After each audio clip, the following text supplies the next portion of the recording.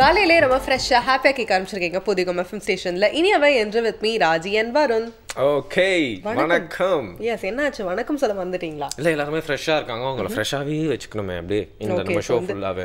காலையிலே ரொம்ப பொறுப்புணர்ச்சியோட இருக்கீங்க இல்லையா? அதே மாதிரி அப்படியே வந்து ஒரு ஒரு உறுதிமொழியை எடுக்க போறீங்க வருண். உறுதிமொழியா? இது இங்கிலீஷ்ல வேற மாதிரி பிளெட்ஜ்னு சொல்லுவாங்களே. எஸ், ஆமா. இன்னைக்கு வந்து என்ன உறுதிமொழி எடுக்க போறோம் அப்படின்னா வந்துட்டு மேபி நீங்க வந்து சொன்ன உடனே வந்து வேடிக்கை கூட நினைக்கலாம். ஏன்னா நம்ம வந்து அன்றாட இருக்க வேண்டிய ஒரு விஷயம் தான், அப்படிதான் நம்ம இருக்கணும். ஆனா வந்து நிறைய பேர் வந்து மறந்துட்டு இல்ல நம்மளே கூட வேற வழி இல்லாம அட்ஜஸ்ட் பண்ணிட்டு அந்த மாதிரிலாம் இருந்துட்டு இருக்கோம். பட் இன்னைக்கு டெல் தி ட்ரூத் டே. யா, நான் பாக்கெட்ல இருக்க காசை பாதுகாப்பாக வச்சுக்கேன், தப்பா எடுத்துக்காதீங்க. உறுதிமொழி எடுக்கிறதுக்காக வெயிட் பண்ணிட்டு. எஸ், இன்னைக்கு முழுக்க முழுக்க நீங்க வந்து வெறும் உண்மையை மட்டுமே பேசணும். பாதி பொய்யோ இல்ல பாதி உண்மையோ அப்படிலாம் கிடையவே கிடையாது. எக்ஸ்கியூஸே கிடையாது. இன்னைக்கு உண்மையை மட்டுமே பேச போறோம். ஓகே, இன்னைக்கு முடிஞ்ச அளவுக்கு நாங்க உண்மையை மட்டுமே பேச போறோம். ஏன்னா நம்ம ஹியூமன்ஸ்.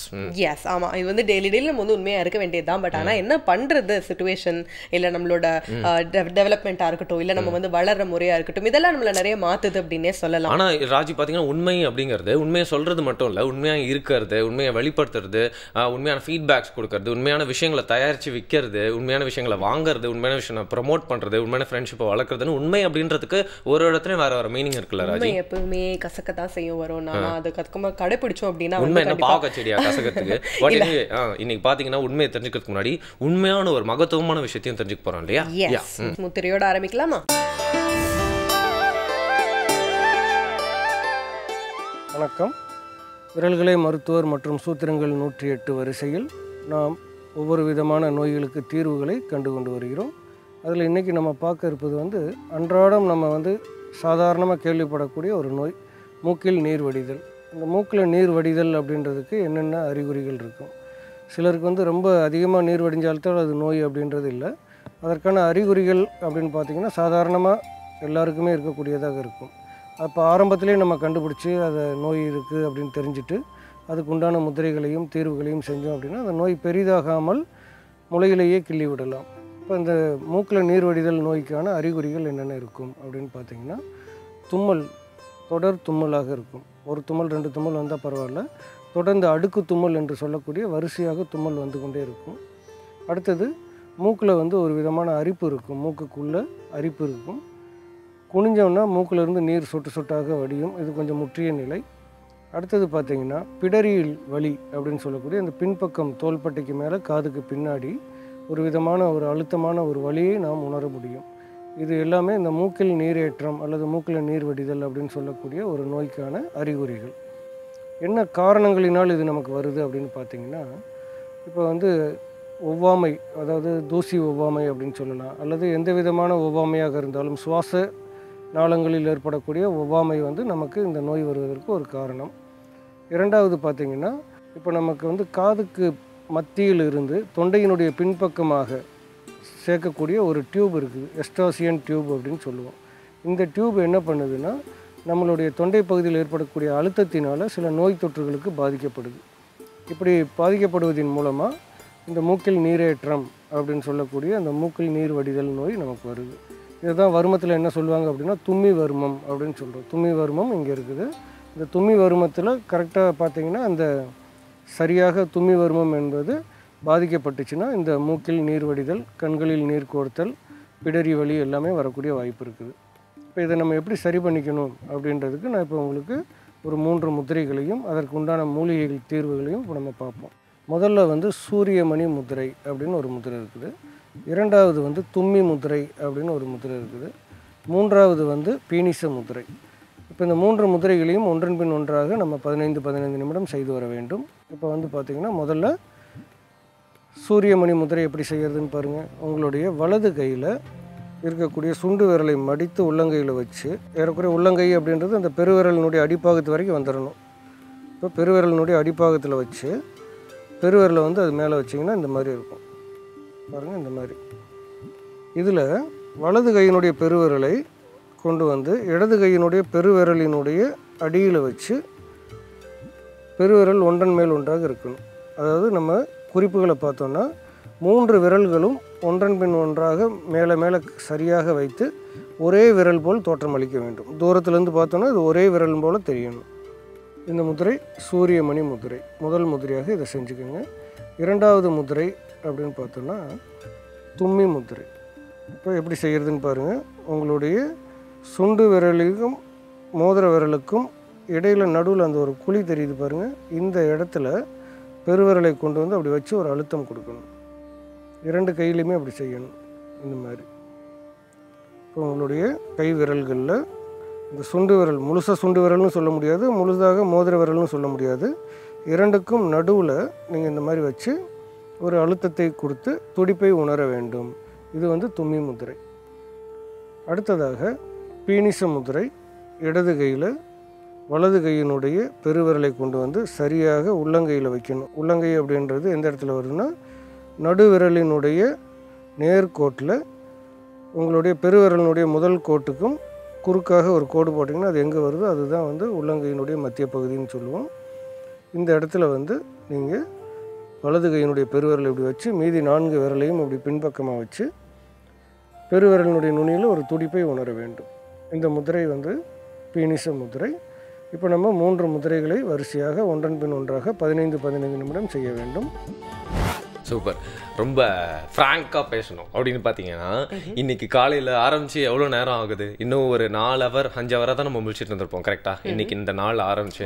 ஆனால் இந்த முத்திரை கற்றுக்கிட்டு தியானம் பண்ணிட்டே இருக்கும்போது காலையிலேருந்தே என்னடா இவ்வளோ போய் சொல்லிட்டேன், என்னடா இப்படி போய்கிட்டு இருக்கு உன்னோட லெவல் அப்படின்னு தோணுது ராஜி. ஆமா, என்ன பண்றது, அமைதியாக இருக்கும்போது நம்மளோட பொய்கள் வந்து அப்படியே வந்து பிரிக்கிங்காகவே இருக்கும். நம்ம பொய் சொல்லிட்டோமே அப்படின்ட்டு நிறைய இடத்துல வந்து சாதாரணமான விஷயம் தான், அந்த உண்மையை சொல்லியிருந்திருக்கலாம். ஆனால் அது கூட நம்ம வந்து குட்டி பொய்யை வந்து தேடுவோம். இன்ஃபேக்ட் சொல்லணும் அப்படின்னா வந்து மித்தவங்களை மேபி வந்து ஹர்ட் பண்ணக்கூடாது, இல்லை வந்துட்டு அவங்கள வந்து அந்த உண்மையை வந்து மறைச்சா இல்லை உண்மையை சொன்னா வந்து அவங்க ரொம்ப பெயின்ஃபுல்லாக ஃபீல் பண்ணுவாங்க அப்படின்றது காரணமாக நம்ம வந்து நிறைய போய் சொல்றோம். பட் இதெல்லாம் கூட எப்படி அவாய்ட் பண்ணலாம் அப்படின்றதெல்லாம் எக்ஸ்பிளைன் பண்றதுக்கு ஒரு கெஸ்ட் வராங்க. சொன்ன மாதிரி இன்னைக்கு உண்மையை மட்டும் தான் பேச போறோம். பட் அதுக்கு முன்னாடி நிறைய செக்மெண்ட்ஸ்லாம் இருக்கு இல்லையா வழக்கம் போல. அடுத்து வந்து நலமட்புடன் பகுதி வந்தாச்சு. இன்னைக்கு எதுக்கான தீர்வு எடுத்துட்டு வந்திருக்காங்க? ஓகே, இன்னைக்கு என்ன பிரச்சனைன்னு முதல்ல சொல்லிடுறேன். நானே இதை ஃபர்ஸ்ட் டைம் கேள்விப்படுறேன். சதை மூக்கு அடைப்பு அப்படின்னு சொல்றாங்க. அது ஒரு வேலை நான் ஃபீல் கூட பண்ணிக்கலாம், எனக்கு கூட அது வந்து வந்துருக்கலாம். பட் சதை மூக்கு அடைப்புனா என்ன, அதுக்கான தீர்வு என்ன அப்படிங்கிறதையும் நம்ம சித்த வைத்தியர் அருண் வந்து வழக்கம் போல ரொம்ப சிம்பிளிஃபைடா நம்மளுக்கு விளக்க போறாரு. பார்க்கலாம்.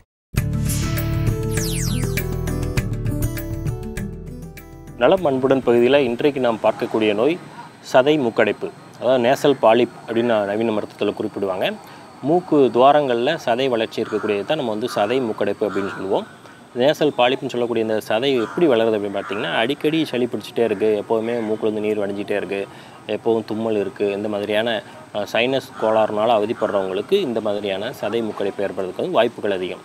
அது தொடர்ந்து அந்த சைனசைட்டுன்னு சொல்லக்கூடிய அந்த நீர்க்கோதிக்கு நம்ம தொடர்ந்து சிகிச்சையை எடுக்கலை, நம்மளை தாக்கிக்கிட்டே இருக்குது. எப்போவுமே ஒரு குளிர்காலம் வந்தாலோ இல்லை அது நைட்டு முழிச்சிருந்தாலோ இல்லை ஒரு கோழி சிக்கன் சாப்பிட்டாலோ மறுநாளோ நமக்கு ஒரு தும்மல் வருது, இல்லை குளிர் காட்டில் நம்ம போயிட்டாலே நமக்கு தும்மல் வருதுங்கிற மாதிரி சூழ்நிலை இருந்ததுன்னா இந்த மூக்கடைப்பு தொடர்ந்து நம்ம தவிர்க்கக்கூடிய விஷயத்தை தவிர்க்காமல் தொடர்ந்து அந்த விஷயத்தில் இருந்தோன்னா அவங்களுக்கு வந்து இந்த சதை வளர்கிறதுக்கு வந்து வாய்ப்பு இருக்குது. இந்த சதைங்கிறது வேணும் இல்லை, அந்த மூக்கில் இருக்கக்கூடிய சளிச்சவு லேசாக அதனுடைய மாற்றத்தினால மூக்கின் அளவுக்கு அடைப்பை ஏற்படுத்தக்கூடிய அளவுக்கு வளர்ச்சி பெறுறது தான் நம்ம வந்து சதைன்னு குறிப்பிட்றோம். இதுதான் நேசல் பாலிப் அப்படின்னு குறிப்பிட்றோம். இதை வந்து தீர்க்கிறதுக்கு நம்ம சொல்லக்கூடிய மருந்துகள்னு பார்த்திங்கன்னா, இந்த மூக்கடைப்புக்குள்ள மருந்துகளை இதுக்கு பயன்படுத்தும் போது முற்றிலுமாக அதிலிருந்து வெளிவர முடியும். பொதுவாக மூக்கடைப்புக்கூடிய மருந்துன்னு பார்க்கும்போது நொச்சி தைலத்தை நம்ம வந்து சொல்லுவோம். நொச்சி நம்ம கொசு கொசு வளர்க்கக்கூடிய அந்த செடி இருக்கு இல்லையா, அந்த நொச்சி இலையை தைலமாக நாட்டு மருந்து கடைகளில் கிடைக்கும். அந்த நொச்சி தைலத்தை வாரம் 2 முறை நம்ம தலைக்கு தேய்ச்சி குளிக்கும்போது இந்த நோயிலிருந்து வெளிவரலாம். உடம்பு முழுக்கவே தேய்ச்சி குளிக்கக்கூடிய தைலம் தான் நொச்சி தைலம். தலையிலேருந்து உடம்பு முழுக்க நன்றாக தேய்ச்சி ஒரு 15 நிமிஷம் வரைக்கும் ஊற வச்சுட்டு சுடுதண்ணில் குளிக்கும்போது அந்த மூக்கடைப்புன்னு சொல்லக்கூடிய அந்த நீர்க்கொதிக்கு அது வந்து முதன்மையான மருந்தாக இருக்கும். அதே தைலத்தை 2 சொட்டுக்கள் எந்த மூக்கில் பாதிப்பு இருக்கோ அந்த மூக்கில் வந்து நம்ம விட்டுக்கலாம். எந்த துவாரத்தின் வழியாக அந்த அடைப்பு இருக்கோ அந்த துவாரத்தில் 2 நேசல் ட்ராப்பாக வந்து அதை பயன்படுத்தலாம். இரவு நேரங்களில் அதை பயன்படுத்தும் போது அந்த சதை வளர்ச்சி விரைவாக கரையிறதுக்கு வந்து வாய்ப்பு இருக்கும். உள் மருந்துகளாக நாட்டு மருந்து கடைகளில் கிடைக்கக்கூடிய தாலி சாதி சூரணத்தை வந்து பயன்படுத்தலாம். தாலி சாதி சூரணத்தை காலை மாலை 2 வேளை 2 கிராம் அளவு தொடர்ந்து நம்ம சாப்பிட்டு வரும்போது அந்த சளி சார்ந்த அந்த நீர்க்கோவை குணமாகிறதுக்கு அது வந்து ஒரு அடிப்படையான மருந்தாக இருக்கும். வெளிப்புறமாக பயன்படுத்தக்கூடிய இந்த நொச்சி தைலம் அதே நேசல் ட்ராப்பாக பயன்படுத்த இந்த 3ம் சேர்ந்த காம்பினேஷன் மூலமாக அந்த நோயை வந்து குணப்படுத்தலாம். இன்னும் இந்த சூட்டை குறைக்கக்கூடிய உணவுப் பொருட்கள் எடுத்துக்கிறது, நெல்லிக்காய் சாப்பிட்றது, அப்புறம் பழ வகைகள் நிறையா சாப்பிட்றது, நார்ச்சத்துள்ள கீரை வகைகள் அதிகமாக சாப்பிட்றது, மணத்தக்காளி கீரை, பொன்னாங்கண்ணி கீரை, இதெல்லாம் உடல் சூட்டை இயல்பாக குறைக்கக்கூடியவை. இந்த கீரை வகைகளை உணவில் சேர்த்துக்கிறது மூலமாகவும் இந்த உடல் சூட்டிலேருந்து நம்ம வந்து வெளிவர முடியும். அந்த உடல் சூடு தான் காரணமாக இருக்குதுன்னு சொன்னோம். அதுக்கு அடிப்படையான காரணத்தை அந்த சூட்டை சரி செய்வதன் மூலமாக அந்த நோயிலிருந்து முற்றிலுமாக தீர்வு காண முடியும். ஓகே, இதுக்கான தீர்வை வந்து பார்த்தாச்சு. பிரச்சனையும் சொல்லிட்டு தீர்வும் சொல்றாரு. இன்ஃபேக்ட் அவர் சொல்ற தீர்வுகள்லாம் புதுசா இருந்தாலும் சொல்ற பிரச்சனையே சில நேரத்துல வந்து இன்னைக்கு கூட எனக்கு இருக்கு. சோ நான் இமிடியேட்டா இன்னைக்கு போய் நான் வந்து ட்ரை பண்ண போறேன். ஓகே, ஆனா உங்களோட மூக்கடைப்பு சரியாக கூடாது, இன்னும் கொஞ்சம் அழைச்சிக்கணும் அப்படின்னா நான் வந்து உங்களுக்காக வெள்ளரி பழம் அதை வந்து நான் ப்ரெஃபர் பண்ணுவேன். இல்லைங்க, நான் ப்ரெஃபர் பண்ணல. புதுச்சேரி சரவணன் வந்து என்ன பண்றாரு அப்படின்னா, அவர் ஒரு கலவை வச்சிருக்காரு. கலவைனா சாலட் அப்படின்னு சொல்றாங்க, ஆனா அதுலயும் உண்மையான கலவை வச்சிருக்காரு. சொன்னா வெள்ளரி வந்து கோல்டுன்னு சொல்லுவாங்க, அண்ணாச்சி வந்து ஹீட் தெரியும்ல. இது ரெண்டுத்துமே ஒரு கலவை இருக்கு அப்படியே. ஆமா, சோ பேலன்ஸ்டா இருக்கும் இல்லையா? பேலன்ஸ்டா மட்டும் இல்லங்க, டேஸ்டியாவும் இருக்கும். பார்க்கலாம். அனைவருக்கும் வணக்கம். இன்றைய பசுமை உணவுகள் பகுதிக்கு உங்களை வரவேற்பதில் மகிழ்ச்சி அடைகிறேன்.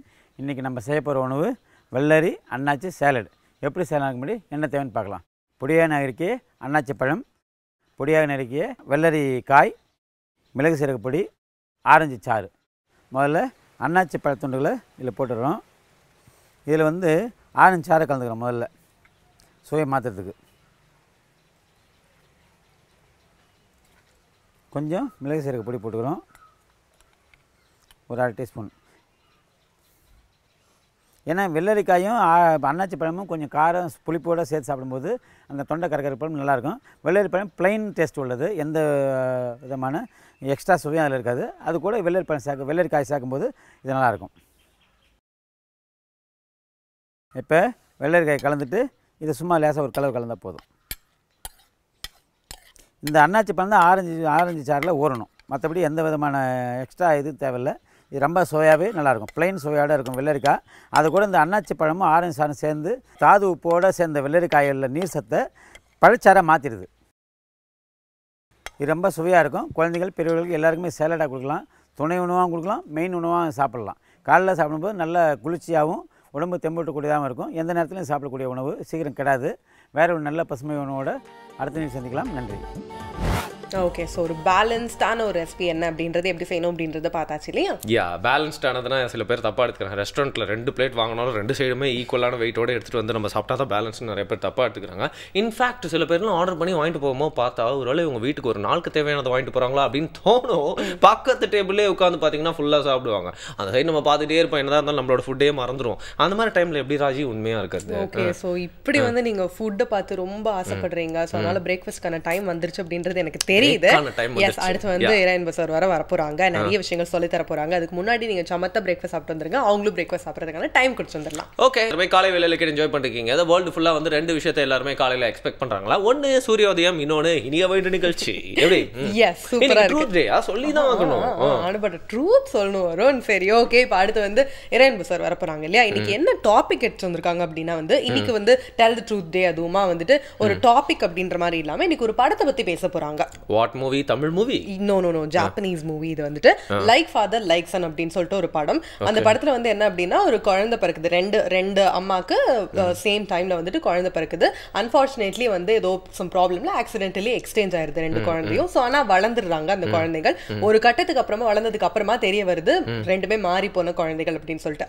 அப்ப அந்த உண்மையை வந்து எப்படி ஹேண்டில் பண்றாங்க, சொன்னாங்களா இல்லையா, அந்த குழந்தைங்க எப்படி எடுத்துக்கிட்டாங்க, அதெல்லாம் தான் அந்த படம்.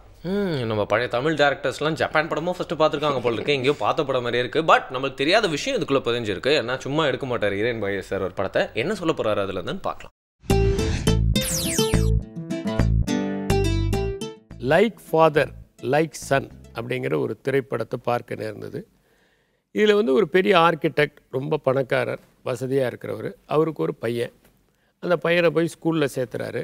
ரொம்ப சந்தோஷப்படுறாரு. அந்த பையன் அந்த டெஸ்ட்டில் பாஸ் பண்ணிட்டான் ஸ்கூல்லங்கிறதுனால மகிழ்ச்சி அடைஞ்சு வீட்டில் ரொம்ப சந்தோஷமாக சாப்பிட்றாங்க. அப்போ திடீர்னு என்ன ஆகுதுன்னா அந்த ஹாஸ்பிட்டல்லேருந்து கூப்பிட்றாங்க. இந்த குழந்தை பிறந்த ஹாஸ்பிட்டலில் போனால் அவங்க சொல்கிறாங்க, உங்கள் குழந்தையும் இன்னொரு குழந்தையும் ஒரே டைமில் பிறந்தது. நாங்கள் வந்து டிஎன்ஏ டெஸ்ட் பண்ணும்போது பார்த்தா உங்கள் குழந்தை இல்லை, இது வந்து ஒரு மளிகை ஸ்டோர் வச்சுக்கிட்டு இருக்கிற ஒருத்தருடைய குழந்தை, உங்கள் குழந்தை வந்து வேறு அவங்கக்கிட்ட போயிடுச்சு அப்படின்னு. இவங்களுக்கு ரொம்ப ஷாக்காக இருக்குது. என்ன ஆப்ஷன் அப்படிங்கிறது. ஆக்சுவலி இந்த அம்மா ஃபீல் பண்ணுறேன், இந்த குழந்தை நம்மளோட வளர்ந்துருச்சு, இதுவே நம்மளோட இருந்துட்டு போட்டுமே, நமக்கு பிறந்தால் தான் குழந்தையா, நம்மளோட வளர்ந்துருச்சு இவ்வளோ நாள், இந்த குழந்தைய எப்படி மிஸ் பண்ண போகிறோன்னு. ஆனால் இவங்க அப்பா வந்து என்னென்னா அவன் நினைக்கிறான், என்னுடைய பிளட் இல்லை இது, எனக்கு தெரியும் இது ரொம்ப டல்லாக இருக்குது, என்ன மாதிரி எல்லாத்துலேயும் போராடி ஜெயிக்கணும்னு நினைக்கல, இது ஈஸியாக விட்டு கொடுத்துருது அப்படின்னா அவனுக்கு ஒரு நினப்பு. அதனால் அவன் என்ன பண்ணுறான், முதல்ல வந்து 2 பேரும் ஃபேமிலியாக சந்திக்கிறாங்க. சந்தித்து அந்த குழந்தைய பார்க்குறான். அவன் ரொம்ப சாதாரண குடும்பத்திலேருந்து அந்த பர்சன் இருக்கார். 3-4 குழந்தைங்க. இவங்களுக்கு ஒரே பையன். எல்லாம் ஒன்றா உட்காந்து சாப்பிட்றாங்க. அந்த அப்பா வந்து பையனோட எல்லாம் விளையாடுறாரு. இந்த ஆர்கிடெக்ட் பையனோடலாம் விளையாட மாட்டார், இப்படி உட்காந்துருக்காரு. அது பசங்களோட ஓடி போய் பார்த்திங்கன்னா ஒரு ப்ளே ஸ்டேஷன் மாதிரி ஒரு இடம். அந்த இடத்துல போயிட்டு எல்லாம் விளையாடிக்கிட்டு இருக்காங்க, சந்தோஷமாக இருக்காங்க. இப்போ வந்து முதல்ல என்ன பண்ணுறது, சரி முதல்ல ஒரு வாரம் அந்த குழந்தை இங்கே இருக்கட்டும், இந்த குழந்தை அங்கே இருக்கட்டும்னு முடிவு பண்ணுறாங்க. இப்போ இந்த குழந்தை அங்கே போகுது. இந்த பணக்கார வீட்டு குழந்தை, ஆர்கிடெக்ட் வீட்டு குழந்தை. அந்த வீட்டில் சின்ன ஏரியா தான், ஆனால் குழந்தைங்கள்லாம் சந்தோஷமாக விளையாடுது, சந்தோஷமாக சாப்பிட்றாங்க. அவர் ஒரு பெரிய மெக்கானிக் அவங்க அப்பா, அதனால் எந்த டைமும் ஃபிக்ஸ் பண்ணி கொடுக்குறாரு. ரொம்ப சந்தோஷமாக அந்த குழந்தை இருக்குது. இப்போ அந்த குழந்தை ஒரு வாரம் கழித்து இங்கே வருது. ஆனால் இந்த குழந்தை வந்த ஏழை குழந்தைங்க வந்து இவ்வளோ ரிச் ஃபுட்டெல்லாம் பார்த்து கூட அது அவ்வளோவா ஒன்றும் மூவ் ஆகலை.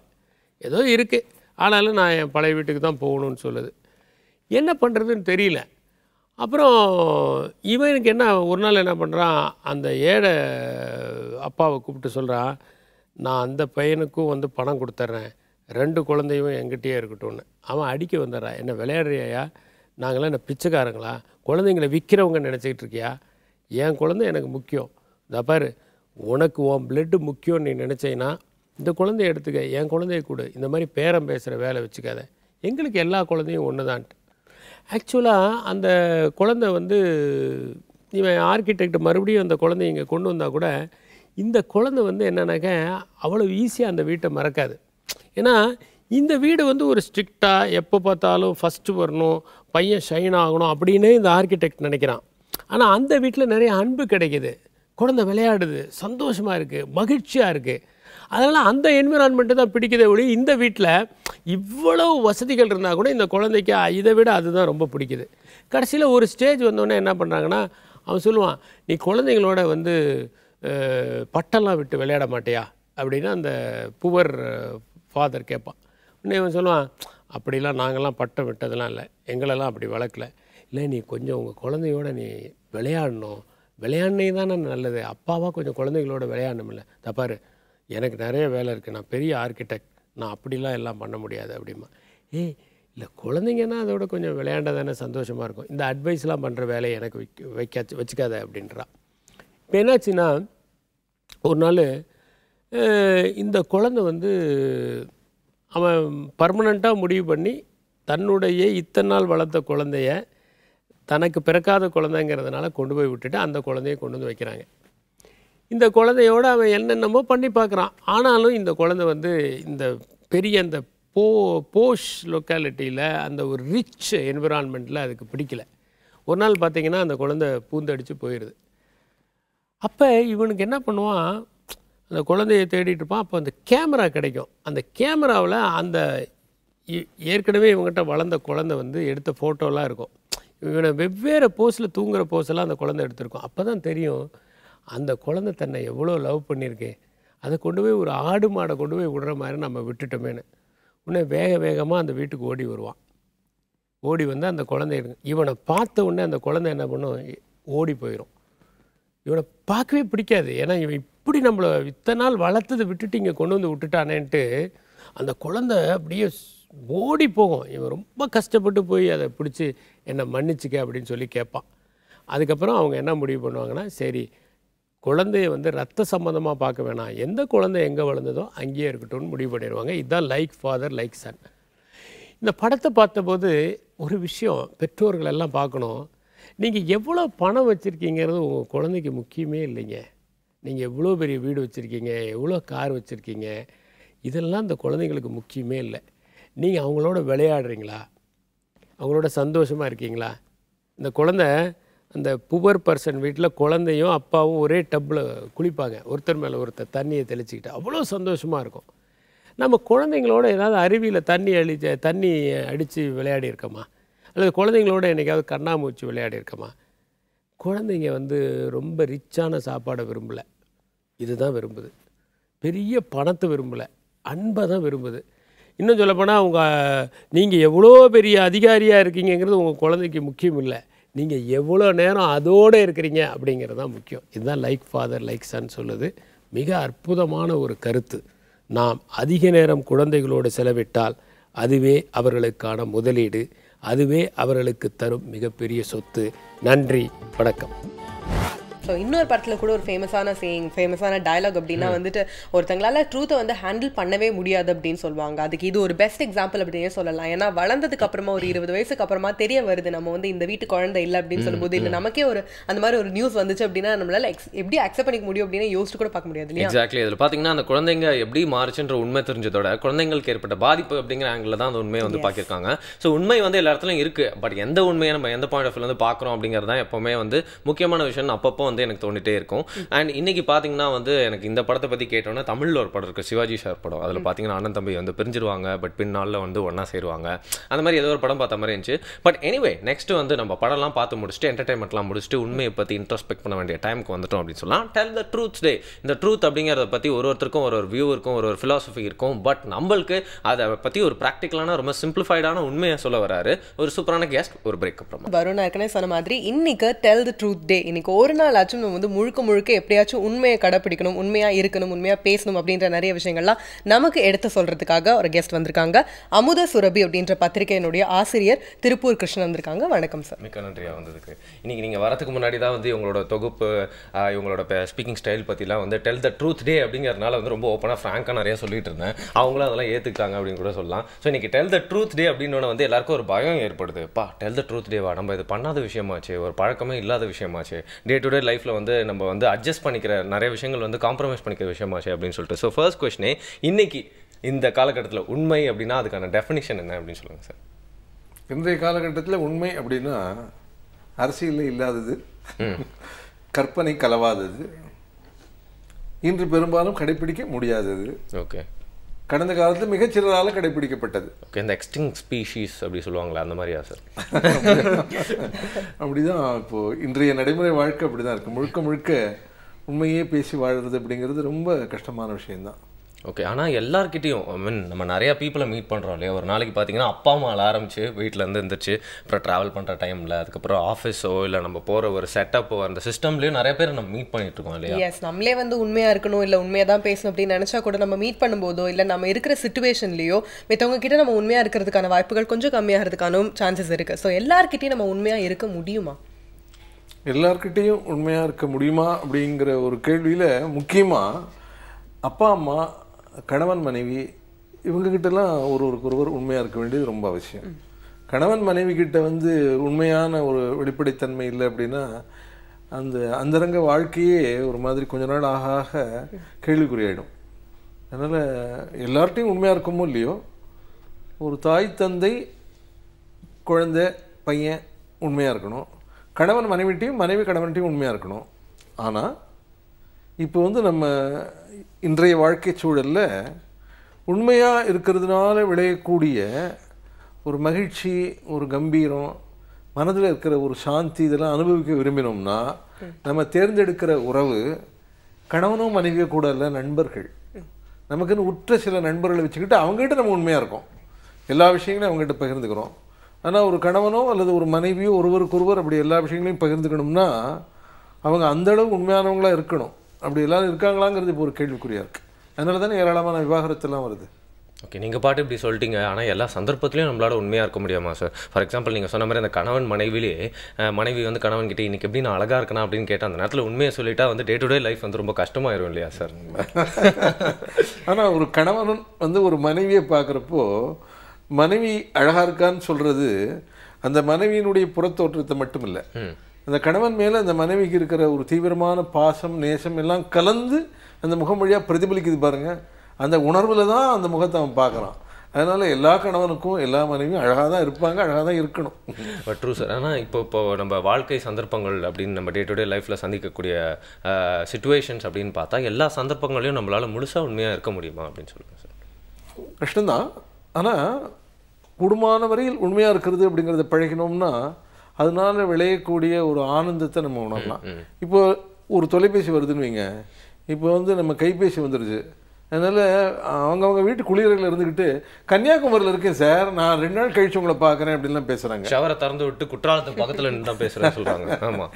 இந்த மாதிரியான சூழல்களில் ஒரு கணம் இந்த பொய்யினால் உண்மையில் நமக்கோ எதிராளிக்கோ எந்த வகையான சிக்கலும் இல்லை அப்படின்னா உண்மையே சொல்லிடலாமே அப்படின்னு உண்மையை பழகினோம்னா கொஞ்ச நாள் கழித்து ஒரு 50%, 60%ன்னு உண்மையை சொல்ல தொடங்குவோம். ஆனால் இன்றைய காலகட்டத்தில் 100% உண்மையே பேசுறதுங்கிறது சாத்தியமான அது ஒரு கேள்விக்குறி தான். ஆமாம், சில நேரத்தில் வந்து இந்த கிளாஸில் நிறைய நல்லா படிக்கிற பசங்களாம் உண்மையை பேசிடுவாங்க. ஆனால் சின்ன வயசில் நம்மளுக்கு அவங்கள பார்த்தா எப்படி தோணும், சே ஏன்டா இப்படி போட்டு கொடுக்குறேன் அப்படின்னு தான் தோணும் இல்லையா? ஆமாம். ஸோ இப்போ இந்த உறவுகள் பற்றியே பேசணும். அவங்களுக்கு உள்ளே இருக்கிற அந்த கம்யூனிகேஷன் அப்படின்றது ரொம்பவே அவசியம். அதுலேயும் குறிப்பாக நீங்கள் சொன்னீங்க கணவன் மனைவிக்குள்ளே கண்டிப்பாக அவங்க 2 பேருமே உண்மையாக இருக்கணும் அப்படின்ட்டு. ஆனால் எப்போ பார்த்தாலுமே உண்மையாக இருக்கிறதுனால நன்மைகள் மட்டும்தான் விளையுமா, இல்லை அதுலேயும் தீமைகள் ஏற்படுறதுக்கான வாய்ப்புகள் இருக்கா?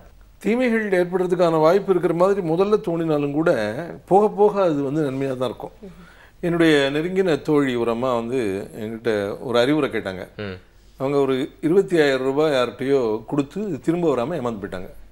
இது கணவருக்கு தெரிய வந்து வீட்டில் ஒரு பெரிய பிரச்சனை.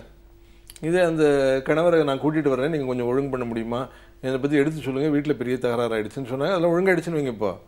நான் என்னுடைய அந்த நெருங்கின தோழி அவங்கக்கிட்ட கேட்டேன், அவங்க எனக்கு சொந்த தங்கை மாதிரி, இந்த 25,000 ரூபாயை கொடுக்க போகிறேன் அவங்க கேட்குறாங்க அப்படிங்கிற விஷயத்த ஏன் நீங்கள் கணவர்கிட்ட பகிர்ந்துக்கலை அப்படின்னு கேட்டேன்.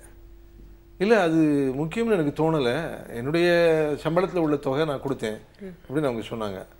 அப்போ நான் அவங்ககிட்ட கேட்டேன், நீங்கள் நல்லா யோசிச்சு பாருங்கள், அந்த சந்தர்ப்பத்தில் ஒரு கணவர்கிட்ட சொல்லணும்னு உங்களுக்கு தோணியிருக்கும், ஆனால் அதை புறக்கணித்து நீங்கள் ஏங்கிருக்கீங்க. கண்ணதாசனுடைய ஒரு கவிதை வரி இருக்குது, கேள்வி வரும்போது பதில் ஒன்று வேண்டும், கேட்க நினைக்காத மனம் ஒன்று வேண்டும், அதுதான் இனிய இல்லறம். கேள்வி வந்தால் பதில் வேணும், ஆனால் கேட்கணுங்கிற அவசியம் கூட இல்லை, ஒரு நம்பிக்கையின் பேரில் வாழ்க்கை போய்கிட்டே இருக்கு. அண்டர்ஸ்டாண்டிங். ஆமாம், அதனால் கணவன் மனைவி எல்லா விஷயங்களையும் கட்டாயமாக ஒரு உற்ற நண்பர்கள் மாதிரி பகிர்ந்துக்கிற அந்த நிலையை நோக்கி முன்னேறணும். தொடக்கத்தில் அப்படி இல்லைன்னா கூட அதுக்கான பயிற்சி தான் வாழ்க்கை. அதெல்லாம் பயில தொடங்கி உண்மையாக இருந்தோம்னா அந்த ஆனந்தம் வந்து மனதுக்கு ரொம்ப ரம்மியமாக இருக்கும், வாழ்க்கையும் சந்தோஷமாக இருக்கும். வாழ்க்கை அப்படிங்கிறது புகழினாலேயோ பதவியினாலேயோ பணத்தினாலேயோ அமையிறது அல்ல, மனதினால் அமையிறது. அந்த மனம் வந்து உண்மையாக இயங்குறப்போ அதுக்கு வலிமை கூடுது. நம்மளை சுற்றி இருக்கிறவங்கெல்லாம் நம்மளை நம்புகிறாங்க, நம்ம எல்லாருக்கும் நம்பிக்கைக்குரியவராக இருக்கும் அப்படின்னு வாழறப்போ அது ஒரு தனி ஆனந்தம் தருது. அதனால தான் காந்தி மாதிரி பிரமுகர்கள்லாம் தொடர்ந்து உண்மையாக இருக்கணும்னு வலியுறுத்தியிருக்காங்க. இன்றைய காலகட்டத்தில் நம்முடைய வாழ்க்கையில் இருக்கிற ஏராளமான சிக்கல்களுக்கு காரணம் அடிப்படையில் பொய்மை இருக்கிறது தான். அதை விலக்கிட்டே வந்தோம்னா, முழுக்க இல்லைனாலும் கொஞ்சம் கொஞ்சமாக விலக்கிட்டே வந்தோம்னா தனி மனித வாழ்க்கை, அரசியல் வாழ்க்கை எல்லாமே ரொம்ப சிறப்பாகும். ஓகே. ஆனால் நம்ம ஆட்கள் வந்து திருக்குறளில் எந்த குறளை வந்து அவங்க மனப்பாடம் பண்ணுறாங்களோ, படிக்கிறாங்களோ, புரிஞ்சுக்கிறாங்களோ, அதோட விளக்க உரையெல்லாம் போய் பார்க்குறாங்களோ தெரியாது. அவங்களுக்கு எது கஸ்டமைஸ்டாக சூட் ஆகுதோ அதெல்லாம் வந்து கரெக்டாக ஞாபகம் வச்சுப்பாங்க. பொய்மை வாய்மை எடுத்து அப்படின்னு சொல்லிட்டு ஒரு குறள் இருக்கிறதா நம்ம பார்க்குறோம். இப்போ வந்து வள்ளுவர் அதை யோசிக்காமல் சொல்லியிருக்க மாட்டார். ஏன்னா இந்த காலகட்டத்தில் அதை பற்றி கொஞ்சம் யோசிச்சு பார்த்தா சில இடங்களில் போய் சொல்கிறதுனால வந்து அந்த உறவு மேம்படுறதா இருக்கட்டும், இல்லை கொஞ்சம் அந்த உறவில் விரிசல் விழாமல் வரதா பார்த்துக்கிறதா இருக்கட்டும், இல்லை இந்த நட்பில் வந்து ஒரு பிரச்சனை வராமல் வரதா இருக்கட்டும், இந்த மாதிரி நிறைய உறவுகளுக்குள்ள நம்ம பொய் சொல்லி வந்து அதை சிமெண்ட் பண்ண முடியுமா? அந்த மாதிரி பொய்கள் வந்து நம்மளோட வாழ்க்கையை வந்து ஏதாவது ஒரு விதத்தில் வந்து செம்மைப்படுத்துமா அப்படின்னு சொல்லுங்க சார். பொய்மையும் வாய்மையை எடுத்து புரை தீர்ந்த நன்மை பயக்கும் என்னன்னு வள்ளுவர் சொல்றாரு. 10 குறள்ல இந்த ஒரே ஒரு குறள்ல தான் பொய்மை கூட வாய்மை மாதிரின்னு ஒன்று சொல்றாரு, மீது 9 விட்டுட்டாங்க, இதை பிடிச்சுக்கிறாங்க. அதில் இருக்கிற முக்கியமான வார்த்தை புரை தீர்ந்த. அதாவது நம்ம வந்து சொல்கிற பொய்யினால் விளையக்கூடிய அந்த உண்மை குற்றமில்லாத ஒரு உண்மையாக இருக்குன்னு வைங்க, அப்படின்னா பொய் சொல்லலாம்னு. ஒரு துப்பாக்கி எடுத்துக்கிட்டு 2 வீரர்கள் போரில் கலந்துக்கிறாங்க. பாகிஸ்தானும் சீனாவும் நம்மளோட போரிடுது.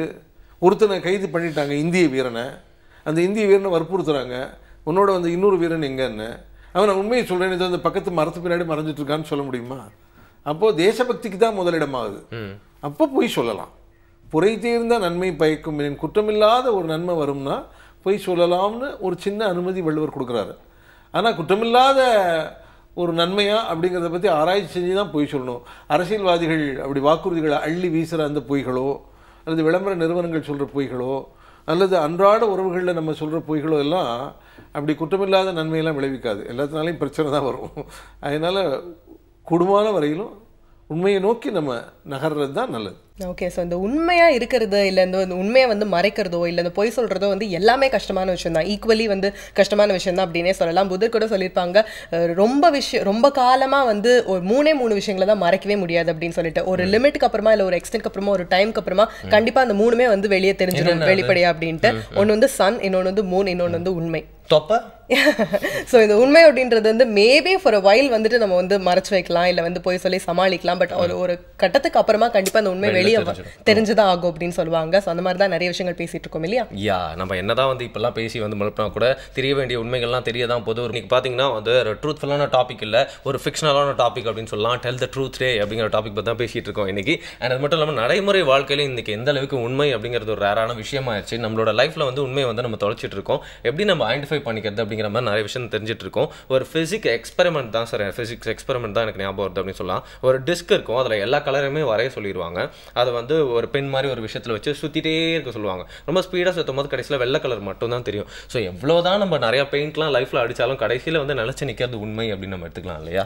கண்டிப்பாக. இன்னொரு விஷயம் வந்து இந்த டே செலிப்ரேட் பண்ணும்போது இன்னொரு விஷயம் சொல்லுவாங்க, இன்னைக்கு ஃபுல்லாக வந்து உண்மையை தான் சொல்லணும். No half truth and no white lies அப்படின்னு சொல்லுவாங்க. ஹாஃப் ட்ரூத் அப்படின்னா பாதி போய் உள்ள இருந்தால் போதும், பாதி உண்மையாக இருந்தால் போதும் அப்படின்ற மாதிரி. அப்படி கிடையாது.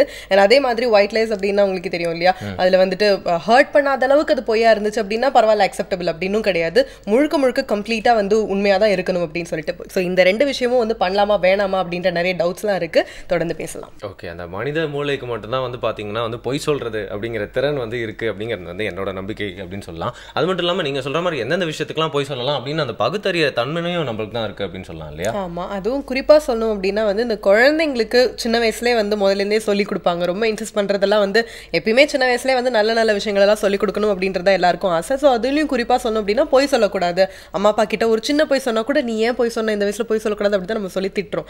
பட் ஆனால் வந்து அந்த சின்ன வயசில் குட்டி பொய் அந்த குழந்தைங்க வந்து அவங்களா யோசிச்சு சொல்கிறதெல்லாம் வந்து அவங்களோட கிரியேட்டிவிட்டியோட பிரதிபலிப்பாகவும் சிலர் பார்க்குறாங்க. அவங்களோட கற்பனை திறன் வந்து மேபி அவங்களோட கனவு கண்டிருக்கலாம், இல்லை ஒரு சின்ன ஸ்டோரி அவங்களே கிரியேட் பண்ணிக்கலாம். அது குட்டி பொய்லாம் இருக்கும். ஆனால் அதில் ஒரு கிரியேட்டிவிட்டியும் வளர்ந்துட்டே இருக்கு கூட.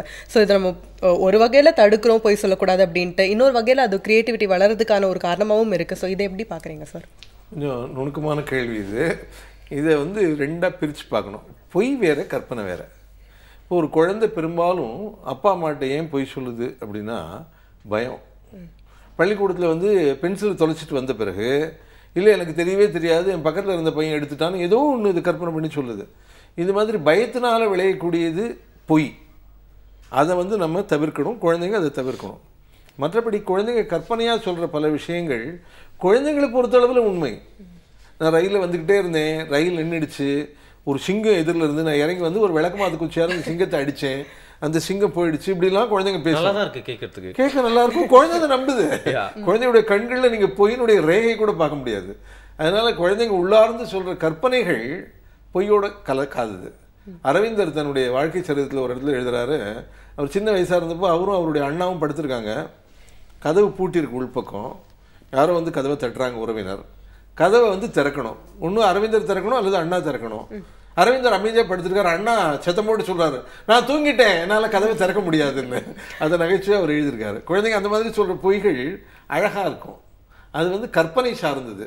குழந்தைகள் சொல்கிற பொய்களில் 2 வகை இருக்குது. குழந்தைகளுடைய கற்பனை வளத்தை வளர்க்கக்கூடிய அந்த கற்பனைகளை நம்ம ஆதரிக்கணும். ஆனால் அது சொல்கிற பொய் முக்கியமாக அவங்கள நம்ம பயப்படுத்தக்கூடாது.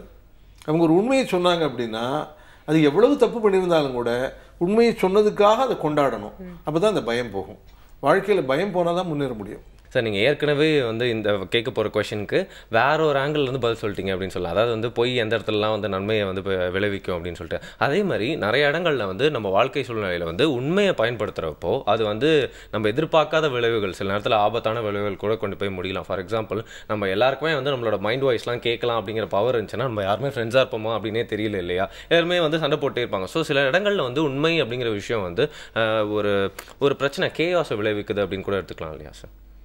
ஒரு நண்பர் வீட்டுக்கு வர்றாருன்னு, அந்த நேரத்தில் அவசரமாக கிளம்பிட்டு இருப்போம் நம்ம. அவர் முன்னறிவிப்பு இல்லாமல் திடீர்னு வந்துடுவார். மனசுக்குள்ளே வந்து தொலைச்சிட்டானேன்னு தான் நினைப்போம். கதவை திறந்து வந்து தொலைச்சிட்டேப்பான்னு சொல்ல முடியுமா? வாங்க இப்போ தான் உங்களை பற்றி நினச்சிட்டே இருந்தேன், நீங்கள் வந்துட்டீங்க அப்படின்னு சொல்லி தொலையாமல் வந்துட்டேப்பான்னு வேணால் சொல்லலாம். இதெல்லாம் ஒரு சின்ன வாழ்க்கையை வந்து ஒரு சமப்படுத்திக்கிற எளிமையாக்குற பொய்கள். இது ஒரு பெரிய தவறுன்னு சொல்ல முடியாது. ஆனால் இந்த மாதிரி பொய்களுக்கே நம்ம பழகிட்டோம்னா சங்கடம். நம்முடைய மரபில் இன்னொரு முக்கியமான விஷயம் சொல்லப்படுது. இதை பரிசோதனை பண்ணி தான் நம்ம அறிய முடியும். பல விஷயங்கள் உலகத்தில் உளவியல் சார்ந்து இருக்குது. பரிசோதனைகள் மேலே தான் அதனுடைய உண்மையை நம்ம உணர முடியும். நம்ம மரபு என்ன சொல்லுதுன்னா, ஒரு மனிதன் தொடர்ந்து உண்மையே சொல்லி வந்தா, கட்டாயமாக 100% சொல்லி வந்தா, ஒரு குறிப்பிட்ட காலகட்டத்தில் அவன் சொல்கிறதெல்லாம் உண்மையாயிரும். அபிராமி பட்டருடைய வாழ்க்கையில் அவர் உண்மையே பேசி வந்தவர். ஒரு நாள் மணக்கண்ணில் அவர் அபிராமியை தியானம் பண்ணுறப்போ அந்த மன்னன் வந்து இன்னைக்கு என்ன திதின்னு கேட்ட உடனே அவர் பௌர்ணமின்ட்டார். ஆனால் உண்மையில் அன்றைக்கி அமாவாசை. தெய்வமே அதை பௌர்ணமியை மாற்றுறதுக்காக அந்த தேவி தாடங்கத்தை கழட்டி வானத்தில் எரிஞ்சு அது நிலவு போல தோன்றிச்சு. நம்முடைய புராண மரபு. உண்மையே பேசுகிறப்போ பேசுகிறதெல்லாம் உண்மையாயிடும் அப்படிங்கிறதுக்கு வாழ்க்கையில் சில தலைவர்கள் சொல்லுவாங்க பாருங்கள், நாடு சுபிட்சமாக ஆகும் அப்படின்னு. காமராஜ் மாதிரி, காந்தி மாதிரி, கக்கன் மாதிரி தலைவர்கள் சொன்னால் அதை மக்கள் நம்புவாங்க, நாடே சுபிட்சம் ஆயிரும். பொய் சொல்கிறவங்க மேலே மக்களுக்கு அவ்வளோ நம்பிக்கை வராது. ஒரு தலைவன் அது மாதிரி உண்மையே பேசுகிறவனாக இருந்தால் எல்லாரும் கடுமையாக உழைச்சா நாடு முன்னேறும் அப்படின்னு அந்த தலைவன் சொல்கிற விஷயத்தில் மக்களுக்கு நம்பிக்கை வந்து மக்கள் கடுமையாக உழைப்பாங்க. அதனால் உண்மையை நோக்கி நம்ம நகர்றப்போ கொஞ்சம் விகிதாச்சாரம், முழு உண்மை இன்றைக்கி அடைய முடியாமல் இருக்கலாம். அடுத்தடுத்து அதை நோக்கி நகர்ந்தோம்னா தனி வாழ்க்கையிலையும் பொது வாழ்க்கையிலையும் ஒரு நல்ல செழிப்பு, வளமை, அமைதி எல்லாம் வரதை நம்ம பார்க்கலாம். அதனால் நம்ம அடிப்படையில் இப்போ ஒன்று பயிலலாம். என்ன அப்படின்னா, ஒரு தொலைபேசியில் பேசுகிறப்போ அல்லது எதிராளிகிட்ட பேசுகிறப்போ இப்போ பொய் சொல்ல வேண்டிய அவசியம் இருக்கான்னு முதல்ல முடிவு பண்ணலாம். அப்படி தீவிர அவசியம் இல்லாத தருணங்களில் உண்மையே சொல்லி பழகலாம். உண்மையை சொல்கிறவங்களுக்கு இருக்கிற இன்னொரு பெரிய ஒரு சௌகரியம் என்ன அப்படின்னா, அவங்களுக்கு அதிக ஞாபக சக்தி தேவையில்லை. தேவையில்லாமல் ஒரு பொய்யை சுற்றி அவன் பொய் சொல்லி அப்புறம் அதை காப்பாற்றுறதுக்கு இன்னொரு பொய் சொல்லி போய்கிட்டே இருக்கும். பொய் சொல்கிறப்போ ஆழ் மனதில் அது பொய் அப்படிங்கிற உணர்வு கட்டாயமாக நமக்கு இருக்கு. அதன் காரணமாக ஒரு ரத்த அழுத்தம் ஏற்படுது. அதிக பொய் சொல்கிறவங்க பார்த்தீங்கன்னா நோய்வாய்ப்படுவாங்க, ஆயுள் குறைவாக இருக்கும். உண்மையே சொல்லிட்டு இருக்கிறவங்களுக்கு ஆயுள் கட்டாயம் ரொம்ப அதிகமாக இருக்கும். ஏன்னா அவங்களுக்கு ரத்த அழுத்தமே வர வாய்ப்பு இல்லை. ப்ளஸ் அந்த செல்ஃப் எஸ்டீம் அப்படிங்கிறதும் குறையாதுன்னு சொல்லலாம் இல்லையா சார்? கட்டாயமாக நம்ம மேலே இருக்க நம்மளுக்கே இருக்க மரியாதை குறையாது. ஒரு சுயமரியாதையோட தன்னம்பிக்கையோட வாழ்க்கை நடத்தினா தான் எல்லாத்தையும் நம்ம வெற்றி கொள்ள முடியும், ஜெயிக்க முடியும். உண்மையை சொல்கிறவங்களுக்கு அந்த வகையான ஒரு உணர்வு கட்டாயமாக இருக்குது. என்னுடைய வாழ்க்கையில் கூட, அண்மை கடந்த கால வாழ்க்கையில் கூட, என்னுடைய சொந்த வாழ்க்கை சில விஷயங்களை நான் ரொம்ப வெளிப்படையாக சொல்ல விரும்பலை. நான் வந்து உண்மையினுடைய வலிமையை தெரிஞ்சுக்கிட்டு இருக்கேன். என்னுடைய அப்பாலாம் வந்து உண்மையே தான் பேசுவார். எனக்கு பத்திரிகையாளர் குடியிருப்பில் ஒரு வீடு வரக்கூடிய வாய்ப்பு இருந்தது. ஆனால் சென்னை நகரத்தில் எங்கேயும் சொந்த வீடு கிடையாதுன்னு எழுதி கொடுக்க சொன்னாங்க. எங்கள் அப்பாவுக்கு நான் தொலைபேசியில் தொடர்பு கொண்டு கேட்டேன், ஏன்னா வீடுங்கிறது வாங்குற பொருள் மட்டும் இல்லைடா, அங்கே போய் நீ குடியிருந்து நல்லா இருக்கணும். ஒரு பொய்யை சொல்லி வாங்கி அப்புறம் அந்த வீட்டுக்குள்ளே நீ எப்படி இருந்து நல்லா இருப்பேன்னு நினைக்கிறேன். அதனால் எனக்கு இருக்குது வித்துருவேன்னு வேணால் எழுதி கொடு, இல்லைன்னு போய் எழுதாதுன்னாங்க. நான் இருக்குது வித்துருவேன்னு எழுதி கொடுத்தேன். ஆனால் எனக்கு அந்த குடியிருப்பில் இடம் கிடையாதுன்னு சொல்லிட்டாங்க. அதனால் பரவாயில்ல, அது பிரச்சனை இல்லை. பட் இப்படி நடந்துக்கிட்டோம், நம்ம வந்து அரசாங்கத்தை ஏமாத்தலை, சட்டத்திட்டங்களை ஏமாத்தலை அப்படிங்கிற உணர்வு இருக்குல்ல, அந்த உணர்வை என்னுடைய தந்தை என் மனசில் விதைக்கிறாருல்ல, அதனால கிடைக்கிற கம்பீரம்ங்கிறது தனி. அந்த டைம்ல நீங்க ஒரு நல்ல மகனாவும் மாறுறீங்க, ஃபியூச்சர்ல நீங்க ஒரு நல்ல தந்தையாவும் மாறுறீங்க. அதை நோக்கி நம்ம போகணும். இந்த காலகட்டம் வந்து ரொம்ப மோசமாக இருக்குங்கிறது உண்மைதான். ஒரு லஞ்சம் வாங்காமல், ஊழல் பண்ணாமல், ரொம்ப உண்மையாக ரொம்ப நேர்மையாக இருக்கிறவங்களுக்கான ஒரு பெரிய வசதி வாய்ப்புகள், முன்னேற்றம் அப்படிங்கிறது அரிதுன்னு கருதுகிற ஒரு மனப்போக்கு இப்போ வந்துருச்சு. அது உண்மையாகவும் இருக்கலாம். ஆனால் எல்லா மனிதர்களும் ஒரு நாள் சாகத்தான் போகிறான் இல்லையா? யாரும் வந்து நிரந்தரமானவங்க இல்லை. அதனால் நம்ம மனதுக்கு உண்மையாக இருக்கும் அப்படிங்கிறதுனால ஏற்படக்கூடிய ஒரு கம்பீரத்தை அனுபவிச்சா வாழ்க்கை ரொம்ப அழகாக இருக்கும். அதனால சில இழப்புகள் வந்தால் கூட என்ன, அந்த இழப்புகளை தாங்கிட்டு வாழ்ந்துடலாம், எப்படியும் வாழ போகிறோம் இல்லையா? ஓகே சார், எப்பயுமே வந்து உண்மையை பற்றி பேசும்போது அதிகமாக வந்து பொய்யை பற்றி தான் பேச வேண்டியதாகவும் இருக்குது. ஏன்னா எந்த அளவுக்கு நம்ம உண்மையாக இருக்கிறது அவசியமோ அந்த அளவுக்கு பொய் சொல்லாமல் இருக்கிறதும் அவசியம் அப்படின்னு சொல்லுவாங்க. அதே மாதிரி வந்து ஒரு ட்ரூத்தை வந்து ஹேண்டில் பண்ணுறது ரொம்ப கஷ்டம் தான். இப்போ ஒரு சாதாரண ஒரு உண்மை இன்னைக்கு நீங்கள் போயிட்டு வந்து அப்படின்னா இது என்னென்ன பண்ணோம் அப்படின்றது உண்மையாக சொல்கிறது வேறு விஷயம். ஆனால் ஒரு மேஜரான ஒரு உண்மை, நமக்கு மட்டும் தான் தெரிஞ்ச ஒரு உண்மை, ஆனால் அது யார்கிட்ட சொல்கிறது, எப்படி சொல்கிறது, அந்த ட்ரூத்தை எப்படி ஹேண்டில் பண்ணுறது அப்படின்றது ஒரு பெரிய வித்தை தான் அப்படின்னு சொல்லணும் இல்லையா? எக்ஸாக்ட்லி. ஸோ அந்த டார்க்னஸ் லைட் அப்படின்னு பிரித்து பார்த்தா வந்து டார்க்னஸ்னா என்ன, absence of light is darkness சொல்லுவாங்க. ஸோ அதே மாதிரி ரிவர்ஸாகவும் நம்ம சொல்லலாம். அதே நீங்கள் சொல்கிற மாதிரி உண்மையை பற்றி பேசும்போது பொய் வந்து தவிர்க்கவே முடியல, அதை பற்றியே நம்ம அலசி ஆராய வேண்டியிருக்கு. ஒரு பிரேக் அப்புறமா தொடர்ந்து நிறைய சுவாரஸ்யமான கொஸ்டின்ஸ் இருக்குது, கேட்கலாம். உங்களுக்கு ஒருவேளை நாங்கள் பேசுகிற விஷயங்கள்லாம் அலர்ஜியாக இருந்துச்சு அப்படின்னா, எஸ் எக்ஸாக்ட்லி நாங்கள் ட்ரூத்தை பற்றி தான் பேசிகிட்டு இருக்கோம். டெல் த ட்ரூத் டே அப்படிங்கிற விஷயத்தை பற்றி நம்ம நிறைய விஷயங்கள் தெரிஞ்சுட்டு இருக்கோம். ட்ரூத்தை பற்றி பேசுறதுக்கு என்னங்க இருக்குது, எல்லாம் நம்ம மைண்டுக்குள்ளே தானே இருக்குது அப்படின்னு நிறைய பேர் சொல்லுவாங்க. பட் இந்த மாதிரி பேசும்போது தான் நிறைய உண்மைகள்லாம் வெளில வருதுன்னு சொல்லலாம் இல்லையா? எஸ், ஆமாம். இந்த கண்டுபிடிப்புகள்லாம் வந்து டெக்னாலஜி வந்து எந்த அளவுக்கு அட்வான்ஸ்மெண்ட் ஆயிருக்கோ, எந்த அளவுக்கு வந்து டெய்லி புதுசு புதுசா கண்டுபிடிச்சிட்டே இருக்காங்களோ அதே மாதிரி இந்த பொய்யை வந்து இந்த மனுஷங்க வந்து டெய்லி எல்லாருமே வந்து கண்டுபிடிக்கிற ஒரு பெரிய அதிபுத்திசாலி தான் அப்படின்னு சொல்லலாம், எல்லாருமே இன்க்ளூடட். ஸோ வந்து இந்த ட்ரூத் அப்படின்றது வந்து இருக்கிற ஒரு உண்மையான ஒரு விஷயம் தான், இருக்கிற எக்ஸிஸ்டிங்கான ஒரு விஷயம் தான். ஆனா இந்த லை அப்படின்றது வந்து நம்ம டெய்லி கண்டுபிடிச்சிட்டு இருக்கோம். அது பெருமையா நினைக்காம இல்ல இந்த விஷயம் எல்லாம் கண்டுபிடிக்க தேவையில்லை, தேவையான வாழ்க்கைக்கு தேவையான விஷயங்கள் மட்டும் கண்டுபிடிச்சா போதும் அப்படின்னு நிறைய விஷயங்கள் டவுட்ஸோட கேட்டுட்டு இருக்கோம். தொடர்ந்து பேசலாம். நான் 6th படிக்கும் போது என்னோட டீச்சர் வந்து உனக்கு கணக்கு வரும், நீ நல்லா போடு, உனக்கு மார்க் வாங்க முடியும் அப்படின்னு சொன்னாங்க. ஆனால் 12th முடிக்கும் போது தான் எனக்கே உண்மை தெரிஞ்சது நிஜமாவே எனக்கு கணக்கு வராதுன்னு. அவங்க வந்து அன்னைக்கு உண்மையை சொல்லியிருந்தாங்க அப்படின்னா நான் நிஜமாவே வந்து ஒரு என்கரேஜ்மெண்ட் அப்படிங்கிற மட்டும் இல்லாமல் டிஸ்கரேஜ்மெண்ட்குள்ளேயும் ஆளாக்கியிருப்பேன் அப்படின்னு சொல்லுவாங்க. இனிமேல் நானும் ஒரு விஷயத்த வந்து தைரியமா சொல்லலாம்னு நினைக்கிறேன். நான் அடிக்கடி சொல்வேன், நான் ஒன்றும் பொய் சொல்லல, உண்மையை தான் மறைச்சேன் அப்படின்னு சொல்லுவேன். நிறைய பேர் ரெண்டுமே ஒண்ணுதான் அப்படின்னு சொல்லுவாங்க. பட் நீங்க சொல்ற மாதிரி நல்ல சிச்சுவேஷனுக்கு வித்தவங்களை ஹர்ட் பண்ணக்கூடாது அப்படின்ற விஷயத்துல உண்மையை மறைக்கிறதுல தப்பும் இல்லை அப்படின்றது தெரியுது இல்லையா? அண்ட் இப்போ இந்த காலகட்டத்தில் பொய் அப்படின்னு சொல்லிட்டு அடுத்த ஜென்ரேஷனுக்கு புரிய வைக்கணும், மெயினான பொய்யை எல்லாருக்கும் எக்ஸ்போஸ் பண்ணணும் அப்படின்னு பார்த்தீங்கன்னா அந்த விளம்பரங்கள் அப்படின்னு தான் சொல்லலாம் இல்லையா? ஏன்னா அது வந்து டைரக்டான பொய் மட்டும் இல்லை. ரீசெண்டாக ஒரு படம் ஒன்று வந்துச்சு சார், அந்த படம் வந்து நல்லா ஓடிச்சு. அந்த படத்தில் வந்து ஒரு டயலாக் ஒன்று சொல்லுவாங்க, நீ சொன்னால் அந்த பொய்யில் பாதி உண்மை இருக்கணும் அப்படின்னு சொல்லிட்டு சொல்லுவாங்க. அதே மாதிரி இப்போ இருக்க விளம்பரங்கள்லாம் பார்த்தீங்கன்னா வந்து 75% வந்து உண்மை மாதிரியான விஷயங்கள்லாம் வச்சுட்டு அதுக்கப்புறம் ஒரு பெரிய பொய்யை வந்து பின்னாடி கீழே வச்சிடறாங்க, ஒழிச்சு வச்சிடறாங்க அப்படின்னு சொல்லலாம். ஸோ பொய் அப்படிங்கிற விஷயத்தை வந்து இன்னைக்கு காலகட்டத்தில் கமர்ஷியலான இந்த உலகத்தில் நம்ம எப்படிலாம் வந்து புரிஞ்சுக்கணும்னு சொல்லுங்க. விளம்பரங்கள் அப்படின்னு சொல்லுங்க இல்லையா, இந்த விளம்பரங்களை மக்கள் எப்படி எடுத்துக்கிறாங்க அப்படின்னு பார்க்கணும். இப்போ புலனாய்வு இதழியல் அப்படின்னு ஒரு துறை தமிழில் இருக்கு.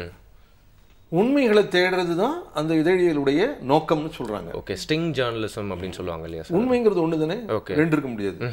அப்போ ரெண்டு புலனாய்வு இதழில் ஒரே விஷயத்தை பற்றி ரெண்டு தரப்புல எழுதி நாங்கள் உண்மையை சொல்றோங்கிறாங்களே, அப்போ எப்படி?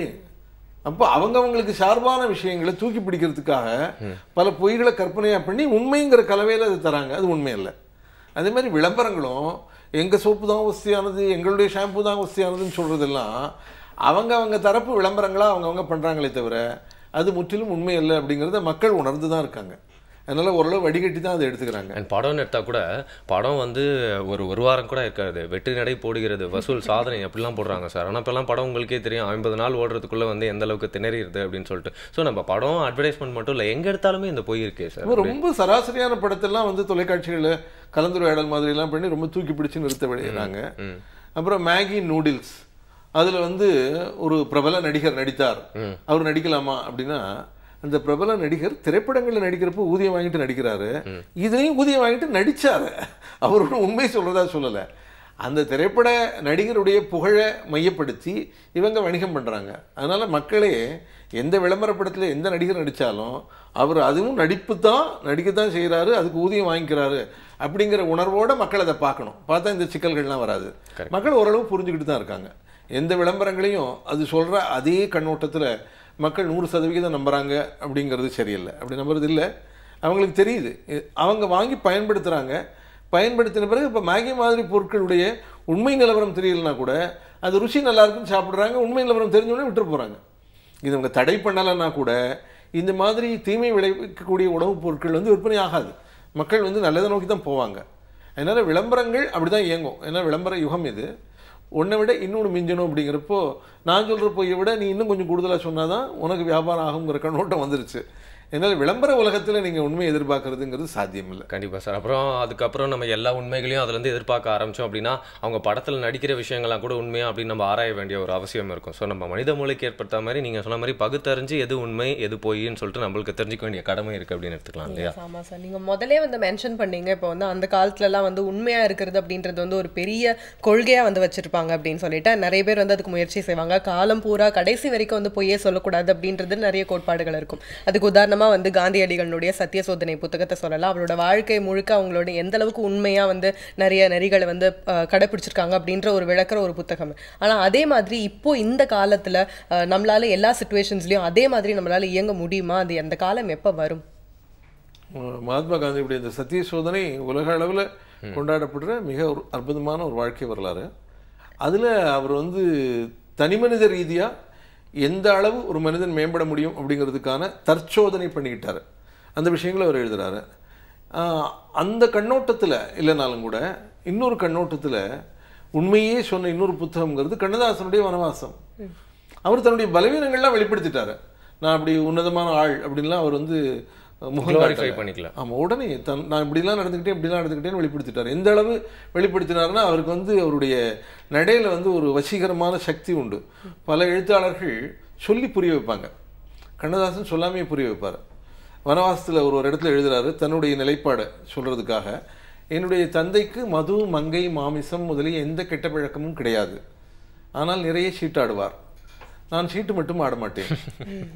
அதோடு நிறுத்திடுறாரு. ஸோ அவர் தன்னுடைய பலவீனங்களை மக்கள்கிட்ட அவர் ஒழிக்கலை. அப்போ அந்த வகையில் அவர் வந்து நம்ம கொண்டாடப்பட வேண்டியவர். அது மட்டுமல்ல, பலவீனங்களை ஒழிக்காததோட இந்த பலவீனங்கள் உங்ககிட்ட இல்லாமல் பார்த்துக்குங்கன்னு இளைஞர்கள்ட்ட அவர் வேண்டினார். அவர் குடித்தாலும் கூட குடிக்காதீங்கன்னு தான் இளைஞர்கள்ட்ட சொன்னார். எனவே தற்சோதனைக்காக வாழ்க்கை வரலாறு எழுதினாலும் எழுதலனாலும் நமக்குள்ள நேற்றை விட இன்றைக்கி முன்னேறி இருக்கோமா, இன்னை விட நாளைக்கு முன்னேறி இருக்கோமா அப்படின்னு சோதனை செஞ்சு பார்த்துக்கிட்டே வாழறதுங்கிறது ஒரு நல்ல நெறி. அது இளைஞர்கள்ட்ட இளம்பெண்கள்கிட்ட வந்துருச்சுன்னா அவங்களுடைய வாழ்க்கையும் நல்லாயிருக்கும், தேசமும் நல்லாயிருக்கும். அதை நோக்கி போகலாம். முற்றிலும் முடியுமான்னு சொல்ல முடியாது, நான் காந்தி அளவுக்கு முடியுமான்னு சொல்ல முடியாது. ஆனால் சாதாரணமாகவே இப்போ இன்றைக்கி ஒரு நிகழ்ச்சி, நீங்கள் 2 பேரும் வரீங்க, இந்த நிகழ்ச்சி முடியுது. நிகழ்ச்சி முடிஞ்சு ஒரு மின்வண்டியிலையோ அல்லது இருசக்கர வாகனத்தையோ நீங்கள் போகிறப்போ மனதில் பல யோஜனைகள். இன்றைக்கி சரியாக நடந்தோமா, இன்றைக்கி உண்மையாக இருந்தோமா, இன்றைக்கி இப்படிலாம் நம்ம பண்ணது சரிதானா அப்படின்னு நாட்குறிப்பு எழுதலைன்னா கூட மனதில் சில குறிப்புகளை யோசிச்சுக்கிட்டே போனால் தான் முன்னுக்கு வர முடியும். அது முக்கியமாக ஒரு 25-30 வயதுக்கு உள்ளே இருக்கிற இளைஞர்களுக்கு இளம்பெண்களுக்கு ரொம்ப ரொம்ப தேவை. அப்படி செய்கிறப்போ, அப்படி மனதுக்குள்ளே யோசிக்கிறப்போ இன்றைக்கி உண்மையாக இருந்தோமா, இன்றைக்கி தேவையில்லாமல் பொய் சொன்னோமா அப்படிங்கிறது யோசிச்சுக்கிட்டே வந்தால் போக போக பொய்கள் விலகும். பொய்கள் விலகி உண்மையினுடைய சதவீதம் அதிகமாகிறப்போ 100% இல்லைனாலும் கூட உண்மையினுடைய சதவிகிதம் மனதளவில் அதிகமாக உங்களுக்கு ஒரு நிம்மதி, ஒரு நோயற்ற ஆரோக்கியமான வாழ்க்கை, ஒரு நல்ல சமூக உறவு, முக்கியமாக போதுங்கிற ஒரு தன்னிறைவு, இதெல்லாம் கிடைக்கும். நம்ம உண்மைக்காக எதை வேண்டுமானாலும் தியாகம் செய்யலாம், ஆனால் எதற்காகவும் உண்மையை தியாகம் செய்துவிடக்கூடாது அப்படிங்கிறது காந்தியினுடைய பொன்மொழி. அதனால் உண்மைக்காக நம்ம செல்வம், நம்ம பதவி உள்பட எந்த விஷயத்தை தியாகம் செஞ்சாலும் கூட உண்மை நம்மக்கிட்ட இருக்குது அப்படிங்கிற உணர்வுனால் ஏற்படக்கூடிய கம்பீரம் நம்ம வாழ்க்கையை அழகாக்கும். ஓகே, இன்னைக்கு வந்து டெல் த ட்ரூத் டே அப்படிங்கிற டேல வந்து என்ன எதிர்பார்க்குறோம் அப்படின்னா, என்ன புரிஞ்சுக்கிட்டோம் அப்படின்னா, நீங்கள் சொன்னதுலேருந்து உண்மை நம்ம சொல்கிறோன்னு நினைக்கிறோமோ இல்லையோ, ஆனால் மற்றவங்க கிட்ட இருந்து நம்ம எப்போவுமே எதிர்பார்க்குற விஷயம் உண்மையாக தான் இருக்குது அப்படின்னு சொல்லிட்டு, ஒரு திரைப்படமாக இருந்தால் கூட எவ்வளோ ரியலிஸ்டிக்காக இருக்குல்ல அப்படின்னு சொல்லிட்டு ஒரு கமெண்ட் வச்சா அந்த படத்தை வந்து நேஷனல் அவார்டுக்கு கொண்டு போகிற அளவுக்கு அதை வந்து ஒரு கிளாஸாக பார்க்குறாங்க. ஸோ எல்லா விஷயத்துலையுமே உண்மை இருக்குது அப்படின்னா அதை ஒரு வேற ஒரு லெவலில் நம்மளால் பார்க்க முடியுது அப்படின்னு சொல்லலாம். அது மட்டும் இல்லாமல் இன்றைக்கி காலகட்டத்தில் உண்மை அப்படின்னு சொன்னால் வந்து நம்ம ஃபேஸ்புக்கில் போடுற பிக்சர்லேருந்து ஆரம்பிக்கணும் அப்படின்னு சொல்லலாம் இல்லையா. அதை எடிட் பண்ணாமல் நம்மளோட முகத்தை நம்மளே போடுறதுக்கும் ஒரு உண்மை வேணும், தைரியம் வேணும் அப்படின்னு சொல்கிறாங்க. ஸோ எல்லா ஆங்கிள்ஸ் ஆஃப் லைஃப்லையும் உண்மை அப்படிங்கிறத வந்து எப்படி நம்ம நிலைநாட்டலாம் அப்படிங்கிறத யோசிக்க வச்சிருக்கீங்கன்னு சொல்லலாம். அண்ட் சத்திய சோதனை பற்றி கடைசியில் பேசுகிறப்போ வந்து பார்த்தீங்கன்னா, எக்ஸ்பெரிமெண்ட் வித் ட்ரூத் அப்படிங்கிறதுல காந்திஜி வந்து பண்ணாத விஷயங்களே இல்லை. அவர் எல்லாமே பண்ணி தான், எக்ஸ்பெரிமெண்ட் தான், எல்லா விஷயங்களும் ட்ரை பண்ணி அதுக்கப்புறம் தான் ட்ரூத்னா என்னன்னு கண்டுபிடிக்கிறாரு. அண்ட் புத்தா கூட எல்லாமே வாழ்ந்து பார்த்துட்டு இதெல்லாம் வந்து நல்லா இல்லை அப்படிங்கிற விஷயத்தை வந்து அங்கே ஐடென்டிஃபை பண்ணி தான் வந்து பார்த்தீங்கன்னா உண்மையை தேடி போகிறாரு அப்படின்னு சொல்லலாம். ஸோ வந்து கொஞ்சம் எக்ஸ்பெரிமெண்ட்டு, இன்ட்ராஸ்பெக்ட்லாம் பண்ண வேண்டியது இந்த நம்ம லைஃப்பில் உறுதியாக இருக்குது. ஆனால் உண்மையை நம்ம சீக்கிரமாக வந்து பிடிச்சிக்கணும், இல்லைனா அது நம்மளை கண்டுபிடிக்கிறதுக்கு லேட் ஆயிரும் அப்படின்னு சொல்லலாம் இல்லையா. முக்கியமாக வந்து நீங்கள் ஒரு விஷயம் மென்ஷன் பண்ணீங்க, மேபி இனிஷியல் ஸ்டேஜஸில் உண்மையாக இருக்கிறது கொஞ்சம் கஷ்டமாக தெரியும், மித்தவங்களுக்கும் சரி இல்லை தனக்கே சரி.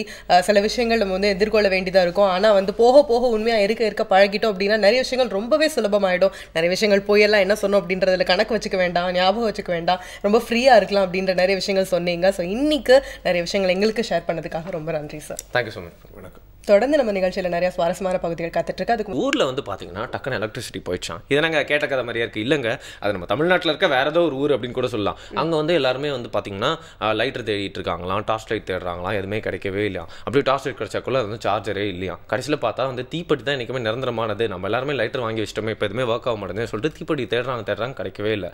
அப்போ வந்து ஒரு தீப்பெட்டியோட வராரு ஒரு ஹீரோ. அவர் தான் பார்த்தீங்கன்னா நம்மளோட மணிமாறன் அவர்கள்.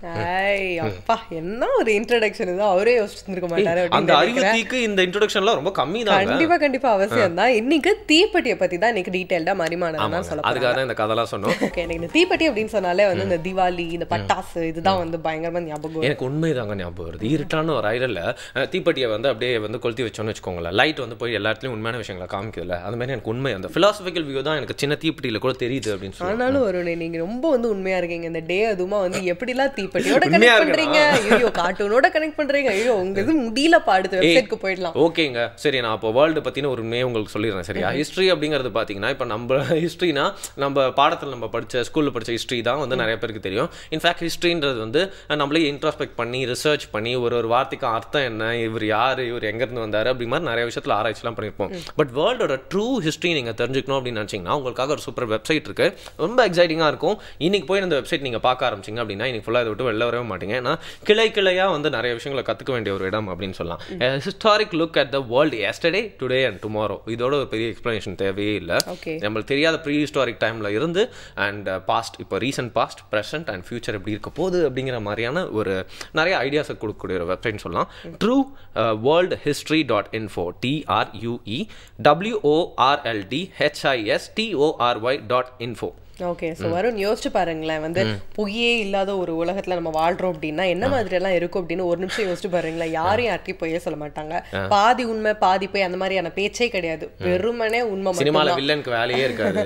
ஆமா, ஸோ வந்து அந்த மாதிரியான காலம் மேபி இந்த மாதிரி எல்லாருமே முயற்சி எடுத்தோம் அப்படின்னா வந்துட்டு கண்டிப்பா நடக்கும். அது வந்து கண்டிப்பா ஹர்ட் பண்ணாதான் வந்து இல்ல ரொம்ப வெளிப்படையா இருந்தா கண்டிப்பா ஹர்ட் பண்ணுவோமோ அப்படின்ற ஒரு குறையும் வேணவே வேணாம். ஏன்னா வந்து யார்கிட்ட எப்படி சொல்லணும் அப்படின்றதையும் நம்ம பழகி. ஆனா இங்க ஒரு பாராடாக்ஸ் இருக்கே ராஜி. ஏன்னா பாத்தீங்கன்னா இந்த வெப்சைட்ல வந்து நிறைய உண்மைகள் வந்து சொல்லியிருக்கனால கொஞ்சம் கான்ட்ரவர்ஷியலாகவும் இருக்குமா அந்த உண்மைகள்லாம். ஸோ அங்கே ஒரு பேரடாக்ஸ் இருக்குல்ல, உண்மை வந்து உடனே வந்து சிம்பிளிஃபைடாகவும் எல்லாருமே ஏற்றுக்க மாட்டாங்க. அது கொஞ்சம் ஆராய்ச்சி பண்ணுறதுக்கு கொஞ்சம் டைம் எடுத்துப்பாங்கன்னு சொல்லிட்டு நீங்களும் ஆராய்ச்சி பண்ணுங்க.